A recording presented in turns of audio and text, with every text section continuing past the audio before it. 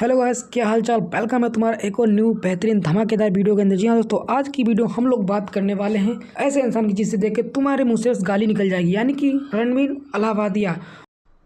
अबे ये बहन का लोड़ा, ये जहां दिख जाता है ना मेरे को गुस्सा हो रहा था भाई। तो आओ यार, शुरू करते हैं बिना किसी देरी के। चलिए शुरू करते हैं। सर भाई बहुत मैच होते हैं, आप बहुत ज्यादा ही एक्सट्रोवर्टेड हो। आप भी थोड़े ना मेरे तरह साइको हो, ऐसा लगता है। भाई राघव भी लाइक साला ये क्या बोल रहा है, और मेरे को तो ये समझ नहीं आता कि भाई इसके पॉडकास्ट देखता कौन होगा। भाई इतना ये पकाता है अपने वीडियोस के अंदर, मुझे देख के तो भाई सच में बड़ी हैरानी होती है कि भाई इसकी भी पॉडकास्ट कोई देखता होगा। और गेस्ट से ऐसे क्वेश्चन करेगा कि मन करता बस तुरंत कमेंट में गालियां लिख के मार दो। और बेचारा राघव भी लाइक साला ये कौन से क्वेश्चन मुझसे पूछ रहा कि मैं भी साइको लग रहा हूँ भाई। कंट्रोल उदय। बस यही कहना था, क्या बात करें आप। रणवीर भाई तुम कुछ ना बोलो भाई, अच्छा, क्योंकि जब जब भी तुमने अपना मुंह खोला है ना अपना, तो भाई बड़ी बड़ी कंट्रोवर्सी हुई है। और जब भी तुम मुंह खोलते हो ना भाई मेरे, कुछ ऐसा बोल देते हो कि लोगों के ऊपर केस हो जाते हैं, केस, वो भी पुलिस केस। ऐसा मत करो मेरी जान। You know, I wouldn't mind going to jail with you. If you and me both go to jail together, I think we'd have a good time. भाई वो भी सोच रहा होगा कि इस गधेड़े के साथ मुझे पॉडकास्ट करने के लिए बैठा दिया गया। भाई मेरे मतलब जेल जाने के लिए बोला। भाई समय को तो तू जेल भेज ही चुका है, लवणे न भोजन। क्या इस बेचारे को भी जेल भेजेगा? वो क्या सोचेगा जाके अपने देश में कि भाई इंडिया में गया था, एक गधेड़े के पॉडकास्ट में चला गया और अगले दिन ही मुझे पुलिस उठा ले गई। मतलब कुछ भी भाई, जो मन में आया हक दिया। मुझे थोड़ा भी डर लग रहा है। क्यों? आप क्यों डर रहे हैं? आपकी एनर्जी आपने बहुत। कभी देखा है किसी की? क्या देखा है वो? और भाई मेरे ये पहला पॉडकास्ट होगा जिसमें आई इसकी हंसी नहीं निकली। भाई एकदम सीरियस होकर सुनता बंदा। माधुरी मैम, मैं धन्यवाद देना चाहूँगा कि आपने इसका मुंह बंद करा दिया, वरना ये ऐसे ऐसे क्वेश्चन लोगों से करता है कि लोगों की हवा टाइट हो जाती है। किसी की आंखों से रोशनी जाते हुए देखा है? कभी देखा है कि आदमी डेस्परेशन में कैसे छटपटाता है एंड में? देखा है कभी आपने? नहीं मैम। भाई पहली बार रणवीर अलाहाबादिया कितनी ज़रा फट रही है भाई मेरे, वो खुद को अनकंफर्टेबल समझ रहा है भाई मेरे। सोचो भाई, वो रणवीर अलाहाबादिया जो सामने बैठे गेस्ट को अनकंफर्टेबल कर देता है। और थैंक यू माधुरी मैम इस गधेड़े की क्लास लगाने के लिए। ऐसे इससे सवाल जवाब किया करो ताकि इसकी फटे और ज़्यादा। मुझे अपने घर जाना है। मुझे घर जाना है। जब वो आखिरी सांस लेता है तो उसकी आंखों में क्या एक्सप्रेशन होता है, आपने कभी देखा है क्या? नहीं। सोचा है? अबे यार, मुझे रणवीर को देख के भाई हंसी आ रही। माधुरी मैम ने उसे इतना डरा ही दिया है कि वो बेचारा अनकंफर्टेबल हो गया कि भाई आज मैंने किसको बुला लिया पॉडकास्ट के लिए। थैंक यू माधुरी मैम का ट्रीटमेंट करने के लिए। और माधुरी मैम भी लाइक साला मुझे इसके पॉडकास्ट से जल्दी निकलना, वरना कहीं मुझ पे भी ना केस हो जाए। अगर मैं आपकी पत्नी होता, मैं आपसे कभी फाइट नहीं कर पाता। You seem like a very cute, nice husband. Why would I ever fight with you? Now where are you going? मुस्कुराहट तो देखो जरा राजा जी की जैसे। ऐसे मुंह में लिया हो आज ही। सीधा कि अगर मैं आपकी पत्नी होता तो कभी आपको परेशान नहीं करता। बेटे जिस हिसाब से भाई का शरीर है ना, तो ये डिलीवरी करने के लिए 9 महीने नहीं केवल 9 दिन लगते।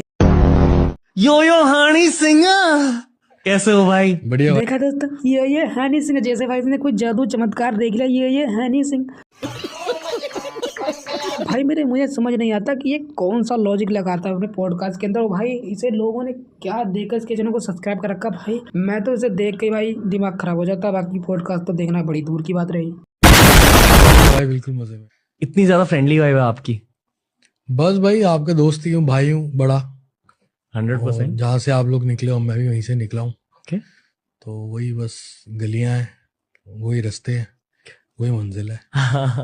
मंजिल क्या है? डेथ। भाई यार मैं इस पर क्या बोलूँ भाई, मतलब सीधे बोल दिया कि मंजिल क्या है, मंजिल मौत है। भाई मतलब यार ये कुछ भी बोलने में पहले सेंस लगाता ही नहीं है। मतलब जो मन में आया बक दिया। और भाइयों प्लीज़ हनी सिंह पाजी, वैसे भी आप कंट्रोवर्सी करते रहते हैं, इसके शो में कुछ ऐसा ना बोल देना कि जिससे आपके ऊपर आफत आ जाए। क्योंकि एक बार इसे समय रैना ने बुलाया था अपने शो पर, बेचारे का शो ही बंद करवा दिया। लवणे न भोजन।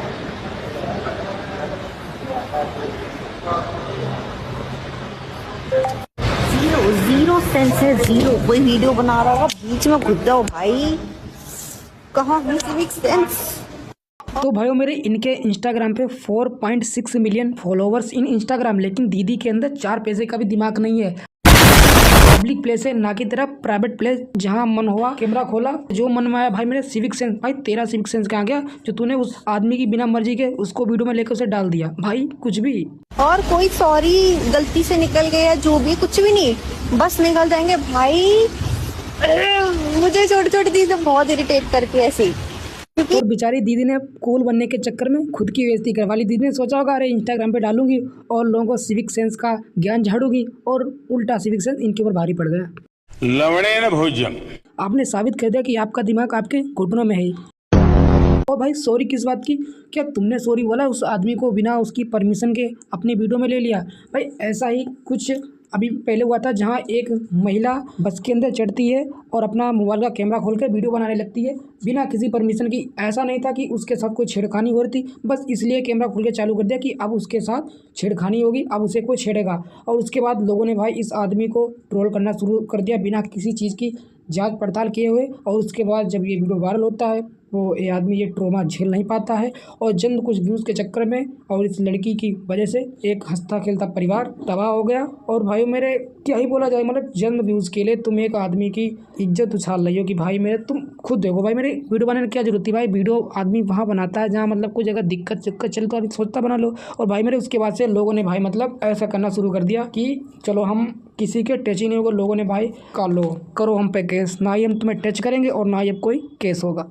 और भाइयों मेरे, तुमने युवराज मेहता का केस तो सुना होगा, जो नोएडा के भाई 27 साल का इंजीनियर है, जो कि अपने ऑफिस से अपने घर की ओर जा रहा था और भाई रास्ते में इस दीवार से टकरा के वो एक खाई में गिरता है, जो कि किसी कंटेस्टेंट साइड द्वारा एक गड्ढा छोड़ा गया था। और उसके बाद ये लड़का भाई अपने पिताजी को फ़ोन करता है और बोलता है कि पापा मैं मरना नहीं चाहता। तो उसका जो लड़के का जो पिता होता है भाई, वो तुरंत आकर उस जगह पर आता है और भाई सारी पुलिस और फायर ब्रिगेड वाले सबको भाई फ़ोन करता है। लेकिन भाई हमारे सिस्टम के पास इतनी सुविधा नहीं थी कि भाई वो उस लड़के को बचा पाते। भाई वो लड़का अपनी छत पे खड़े होकर, भाई वो लड़का अपनी जान के लिए लमसम 2 घंटे तक लड़ता रहा। भाई सारी पुलिस फायर ब्रिगेड वाले सारे के सारे सिस्टम के लोग खड़े रहे, लेकिन भाई किसी ने बचाया नहीं। कोई बोल रहा कि पानी ठंडा है, कोई बोल रहा इसके अंदर सरिया है, भाई कोई कुछ बहाना बनाता रहा। वो लड़का भाई अपनी मोबाइल की फ्लैश जला कर दिखाता रहा और लोगों से मदद की गुहार लगाता रहा। लेकिन हमारा सिस्टम इतना नाकारा थी कि भाई पुलिस के पास ना ही उसे बचाने के लिए कोई लंबी रस्सी थी ना कुछ थी। और देखते देखते इन लोगों के सामने ही वो लड़का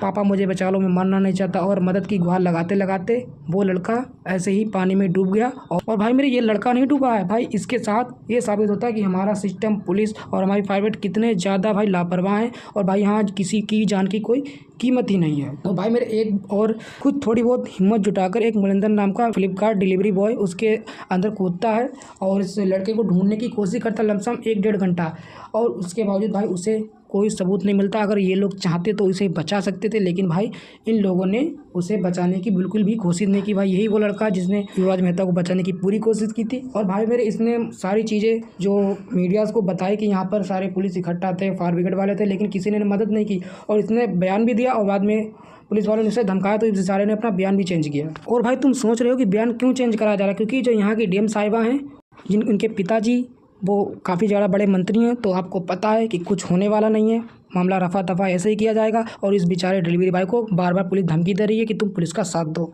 और भाई पहले तुम इसका ये बयान सुनो जो पुलिस इसे ले जाने के पहले इसने मीडिया को दिया था, और उसके बाद दूसरा बयान जो इसने पुलिस के पास से आने के बाद दिया था। फोन की टॉर्च जला के रोड पे जितने भी लोग चल रहे थे उनसे मदद मांगी थी। कार्ड में काम करता हूँ तो मैं 1:45 में मेरा ऑर्डर पाता लीग ग्राउंड का, तो मैं यहाँ तो मैं देखता हूँ तो वो जो है ड्रामे कर रहे थे कि ठंडा पानी है, इसमें सरिया है, हमारे लग जाएगी। मैंने 2 मिनट देखे, मैं ड्रामा क्या कर रहे हैं। मैंने बोला तुम बाहर आओ, मैं जाता हूँ। मैंने अपने सारे कपड़े उतारे, कपड़े उतारने के बाद मैं अंदर जाके देखता हूँ, मैंने अपना रस्सा बांधा कमर में, मैं कम से कम 50 मीटर भीतर गया, रस्सा बांध के मैं देख के आया, ना तो लड़का था ना ही वो गाड़ी थी। हर ब्रिगेड वाले भी आगे थे, पुलिस प्रशासन भी था यहाँ पे, कई गाड़ी पुलिस वालों की भी थी, ठीक है जी। कोई भी उसे नीचे बचाने के लिए नहीं तैयार, जबकि उनके पास सेफ्टी जैकेट भी थी, छोटी नाप भी थी, रस्सा भी था, कोई भी उसे बचाने के लिए नहीं था। इसमें सरकारी महकमे का बहुत बड़ी गलती है। भाई तुमने सुन लिया मुलिंदर का बयान कि भाई सारे पुलिस वाले वहाँ खड़े थे, लेकिन किसी ने उसकी मदद नहीं की और भाई उसे यूं ही तड़प तड़प के मरने के लिए छोड़ दिया। भाई सरकार के पास अपने प्रचार करवाने के लिए, बड़े बड़े बैनर छपकाने के लिए पैसे हैं, लेकिन किसी सुविधा के लिए पैसे नहीं। भाई वहाँ पर एक बैनर भी लगाया जा सकता है, यहाँ पर एक बोर्ड लगा देते कि डेंजर एरिया, तो भाई आदमी जाके मुड़ सकता था, लेकिन नहीं, सरकार को क्या लेना देना। भाई किसी भी तरीके से पुलिस को पता चली, 15 मिनट के अंदर अंदर वहाँ पे पुलिस पहुंची, कुछ लोग मौजूद थे, उन्होंने पुलिस को कॉल की। 15 मिनट के अंदर पुलिस पहुंचने के बाद पुलिस पहुंचने के बाद उसने इतने ही मैं पहुंचता हूं कुछ समय बाद, थोड़ी सी देर बाद ही, तो पुलिस अपनी कार्रवाई में लगी हुई थी। पुलिस उसे पूरा कोशिश कर रही थी बचाने के लिए। फिर कुछ देर बाद ही एसडीआरएफ, एनडीआरएफ, फायर ब्रिगेड सब ही समय पर पहुंच चुके थे। लेकिन ज्यादा धुंध होने के कारण तालाब में ना तो लड़का दिख रहा था ना गाड़ी दिख रही थी। लेकिन लड़का उन्होंने पूरी मशक्कत के बाद लगभग कुछ समय बाद ही उसे बहुत जल्दी रेस्क्यू कर लिया था। और भाई यहाँ पर तुम देख सकते हो कि भाई दोनों बयान में कितना अंतर है भाई। जो उसने मतलब पहले बयान दिया था और पुलिस के पास से आने के बाद मोलिंद्रा का जो बयान था भाई काफ़ी ज़्यादा चेंज हो चुका था। भाई ने बोला कि पुलिस वहाँ थी, उन्होंने मदद करने की कोशिश करी लेकिन वो उसे नहीं बचा पाए। भाई मैं क्या बोलूँ भाई, यहाँ पर किसी की हार नहीं भाई, यहाँ पर सिस्टम की हार होती कि देखा जाता है कि भाई सिस्टम कितना हमारा नाकारा है और कितना नहीं। और भाई अब मैं क्या ही लोगों से बोलूँ। और भाई लोग लगातार इसके लिए आवाज़ उठा रहे हैं कि भाई इस लड़के के साथ न्याय हो। और इसके दोस्त जो हैं वो लोग भी बोल रहे हैं, लेकिन इसके दोस्तों का कहना है कि भैया इस मैटर को मतलब उछालिए और लेकिन हम कैमरे के सामने कुछ नहीं बोल सकते। भाई तुम्हारा दोस्त गया है यार, तुम्हें तो खुल के सामने आना चाहिए, सच्चाई बतानी चाहिए लोगों को, लेकिन तुम कैमरे के सामने आने से डर रहे हो। लेकिन भाई क्या इस डिलीवरी बॉय का घर नहीं है क्या? इसे डर नहीं है अपनी जान का? इसे लगातार धमकियाँ मिल रही हैं। और भाई इन लोगों की हालत देखी भाई, मुझे राजीव तलवार का एक डायलॉग याद आता है कि यहाँ पर कोई मर्द नहीं है, मर्द सिर्फ एक है, वो है राजीव तलवार। और भाई ने आज साबित किया इस डिलीवरी बॉय ने कि हाँ मर्द किसे कहते हैं। भाई ने अपनी जान की परवाह ना किए, ना किसी सरिया ना ठंडा पानी की परवाह किए, उस लड़के की जान बचाने की पूरी कोशिश की, लेकिन भाई को कोई सुराग नहीं मिला। मैं ये था जी कि पुलिस वाले ये बोल रहे थे कि मोनिंदर पुलिस को साथ लेके चलो, पुलिस के खिलाफ मत चलो। ये जो वीडियो बनाने आ रहे हैं 2-4 दिन आएंगे और उसके बाद हमें और तुम्हें यहाँ हमेशा रहना, ध्यान रखना। इसको आप चेतावनी समझ लो या प्यार में समझ लो, जैसे भी है। लेकिन मौके पे जो मौजूद थे वे हैं फायर ब्रिगेड वाले, उनके पास सारी सुविधा थी लेकिन उन्होंने लड़के को नहीं बचाया। ये टूटा तब था जब ट्रक गया था उसके। वो ट्रक ड्राइवर भी मैंने ही बचाया था उस टाइम। लेकिन जो कल परसों की घटना उसमें मैं 30 से 40 मिनट अंदर घूम के आया था। भाई मैं तो यही कहूँगा कि भाई इस डिलीवरी बॉय को ज़्यादा सा सपोर्ट करे और ताकि ये अपनी बिना किसी डरे, बिना किसी झिझक के, बिना डरे अपनी बात जनता तक पहुँचाए और भाई इस भाई को न्याय दिलाने में कोशिश करे। और भाई मेरे तुम सोच सकते हो कि इस गाड़ी को निकाले 3 से 4 दिन लग गए। बाकी डीएम साहिबा 2 दिन के बाद आती हैं उस जगह पे जहाँ पर ये सारा एक्सीडेंट का काम हुआ था। भाई तुम देख सकते हो ये गड्ढा था। ये घटना हुई थी, घटना होने के बाद कम से कम 2 से 2.5 घंटे लड़का जीवित रहा, गाड़ी पे लेटा रहा था। बोल रहा था कि पापा प्लीज मुझे बचवा लो, प्लीज मेरी हेल्प करो, जो और भी लोग यहाँ पे खड़े थे प्लीज मुझे बचा लो। भाई तुम इस लड़के की बात सुन के ही बोल सकते हो कि भाई उस बाप पे क्या बीत रही है कि जिसके आंखों के सामने उसका बेटा तड़प तड़प के चिल्ला के चीख के मर गया। और भाई क्या ही मैं बोलूँ उस बात पे। और भाई मैं तो कहता हूँ सरकार को भाई इन डिलीवरी बॉयज़ को ही सारी सुविधा दे देनी चाहिए कि भाई तुम्हें रास्ते में कोई मिले तुम उसको बचा सकते हो। और देखो यार जान की फिक्र अपनी सबको, क्योंकि सबका परिवार होता है, सबको अपने परिवार का ख्याल रखना। तो क्योंकि आज ये सच बोला कल को इसका क्या हो जाए, कोई सुरक्षा नियम नहीं है। और भाई मैं तो शौक हूँ उनके पिताजी के लिए कि भाई वो बोल रहे सरकार कुछ कर लेगी, मुझे तो बस योगी जी के दर्शन करने हैं। उनसे अपनी इच्छा भी जाहिर की, अनुरोध किया है कि एक बार योगी जी का भी दर्शन हो, दिल को तसल्ली हो जाए। इसके लिए हमने उनसे आग्रह किया है और शर्मा जी आए हैं, शर्मा साहब, और उन्होंने सारी उचित कार्रवाई, उचित सहयोग का आश्वासन दिया है।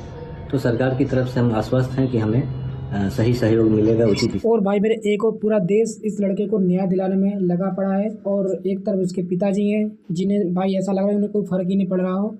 और भाई फिलहाल तुम्हारा क्या विचार है इस मैटर के ऊपर, प्लीज़ कमेंट करके जरूर बताना। एंड बाकी आज के लिए फिलहाल इतना ही। आई होप ये वीडियो देख के तुम्हें अच्छा लगा हो तो प्लीज़ वीडियो को लाइक जरूर से कर देना एंड दोस्तों शेयर करना। मैं मिलता हूँ तुम्हें जल्दी किसी नेक्स्ट वीडियो में किसी नेक्स्ट टॉपिक के साथ में। तब तक के लिए बाय बाय।